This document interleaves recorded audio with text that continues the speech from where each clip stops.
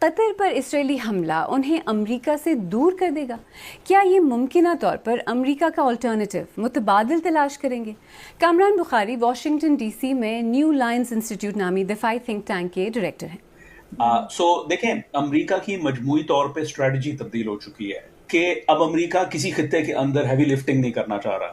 مشرق وسطیٰ کے اندر عرب ممالک ناراض ہیں، تو اگر امریکہ ہیوی لفٹنگ نہیں کرے گا تو وہ what is he expecting, what is the United States expecting, وہ یہ ہے کہ جو ریجن کے اسٹیک ہولڈرز ہیں وہ اس خطے کی سیکورٹی کی بھاگ دوڑ جو ہے اس میں پیش ہوں گے، اور امریکہ جو ہے پیچھے سے سپورٹ کرے گا جس حد تک کر سکے گا۔ اب امریکہ کے پوائنٹ آف ویو سے یہ تھا کہ جی آپ ابراہیم اکارڈ میں آ جائیں، اسرائیل، سعودی عرب، ترکی، یہ میجر اسٹیٹس ہیں، قطر اور you a E, Egypt, Jordan وغیرہ وہ سیکنڈ ٹیئر اسٹیٹس ہیں، تو یہ سارا ایک آرکیٹیکچر ہوگا اور اس خطے کی سیکورٹی کا نظام چلتا رہے گا۔ The game changer was that the Israelis struck Hamas in Qatar. Now, one way of looking at it is to say that was a one-off. It will probably not happen again. But اگر آپ national security strategist ہیں اور خطے کے اندر اتنے unthinkables ہو چکے ہیں پچھلے 2 سالوں میں، تو would you bet on that? And I don't think the Saudis and the Khalijis are betting on that. کیا آپ کو لگتا ہے یہ جو ممالک ہیں یہ اب کہیں اور دیکھیں گے، امریکہ کے علاوہ اور گارنٹرز یا اور اس طرح کے allies ڈھونڈنے کی کوشش کریں گے جو ان کی سیکورٹی کو گارنٹی کر سکے؟ Of course, یہ آلریڈی ہو رہا ہے۔ پاکستان کے ساتھ جو یہ اگریمنٹ ہے وہ اس بات کی نشاندہی کرتا ہے کہ they don't think کہ آج سے 5, 10, 15 سال کے بعد امریکہ اتنی سپورٹ کرے گا، ان کی اپنی کیپیبلٹی نہیں ہے۔ China is not capable of projecting military power. Russia is not a player in this. So who do you go to? You look for second tier states. So you work something out with the Egyptians, you work something out with the Turks, but your big ally is Pakistan, whether you're Qatar, whether you're UAE یا جو ہے سعودی عرب۔ دیکھیں، ایک بات تو واضح ہے کہ اسرائیل کے اس خطے میں زیادہ تر ممالک کے ساتھ بہت قریبی تعلقات ہیں۔ وہ خلیجی ممالک کی اسرائیل کے مختلف سیکٹرز میں اربوں ڈالر کی انویسٹمنٹ ہو، ان ملکوں کے اسرائیل سے خریدے ہوئے لاکھوں ڈالرز کے ہتھیار ہوں، یا پھر اپنے دفاع کے لیے عرب ممالک کا امریکہ اور اسرائیل پر انحصار ہو۔ یہ بات بھی سچ ہے کہ خطے کے عوام میں غزہ میں جاری اسرائیلی حملوں، ہلاکتوں اور تباہی کے بعد ابراہیم اکارڈز اور اسرائیل کے ساتھ تعلقات قائم کرنے، نارملائزیشن کے لیے حمایت میں شاید کمی ہو رہی ہے۔ اب اگر بات خود ان ممالک کی اپنی حفاظت کی ہے تو یہ بات بھی سچ ہے کہ یہ ممالک اگر چاہیں بھی تو شاید ایک دم سے خود کو اسرائیلی اور امریکی مفادات سے الگ نہ کر سکیں۔